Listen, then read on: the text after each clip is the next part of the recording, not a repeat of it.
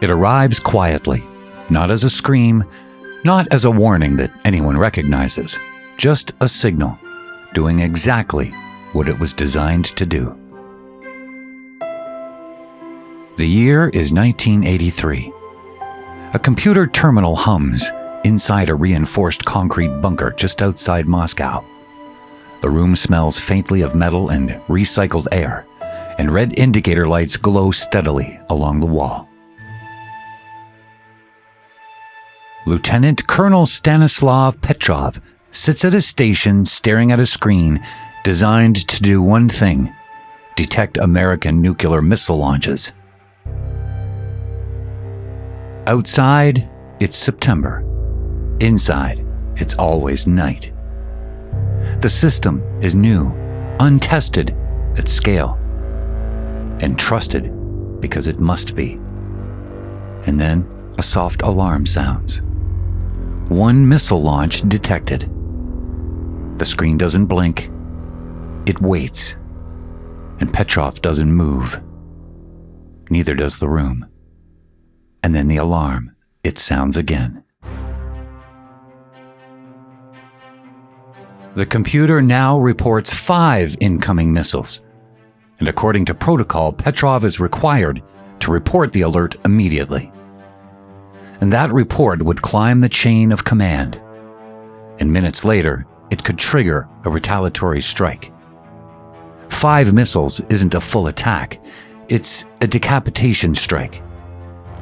And the system insists the signal is real. The satellites are confident. Petrov looks at the screen and then at the empty room behind him, and he knows something feels wrong. An actual first strike would involve hundreds of missiles, not 5.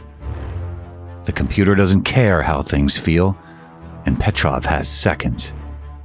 He can follow the signal, or he can ignore it, and he chooses to wait.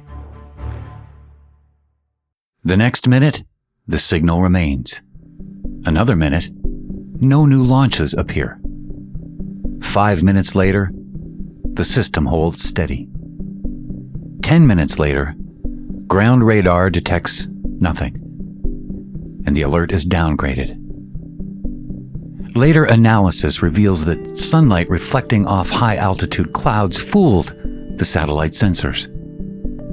The system was working as designed. It reported what it saw.